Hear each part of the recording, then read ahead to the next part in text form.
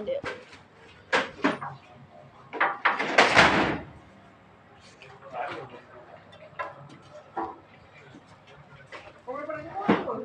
Apa yang kebun? Ada lembu, siapa yang lembu?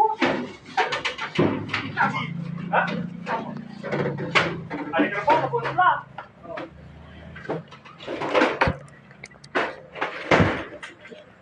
Macam mamut.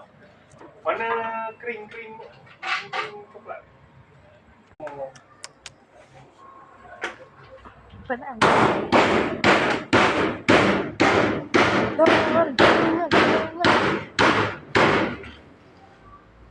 Ayah hal lah cik. Ayah hal lah sebab besok pun nak buat minyak air. Hujan. Nanti kalau hari esok kau nak ada buah aku pula 9 lebih. Ayah hal aku punya hutang. Oh. Pula. Kau tangan seorang. Tenang.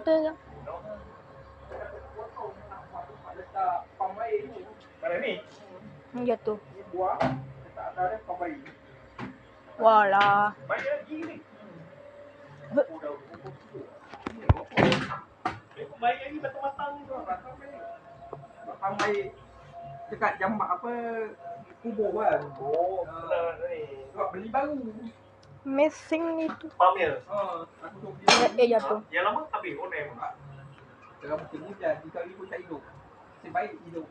Baru gitu. Kalau tak hidup, tak apa. Nak lima banyak-banyak air semua. Berapa ratus ni Syam? Ha? Berapa ratus? Tak tahu kembang beli.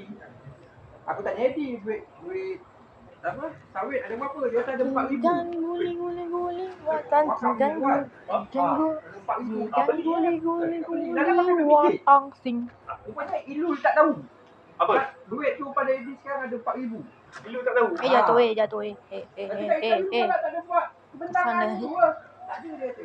Selepas pandang 1,000. Aku banyak Syam. Apa yang baik ni ah? Ini yang baik, aku nak beli yang baik. Jatuh. Yang mahal punya juga.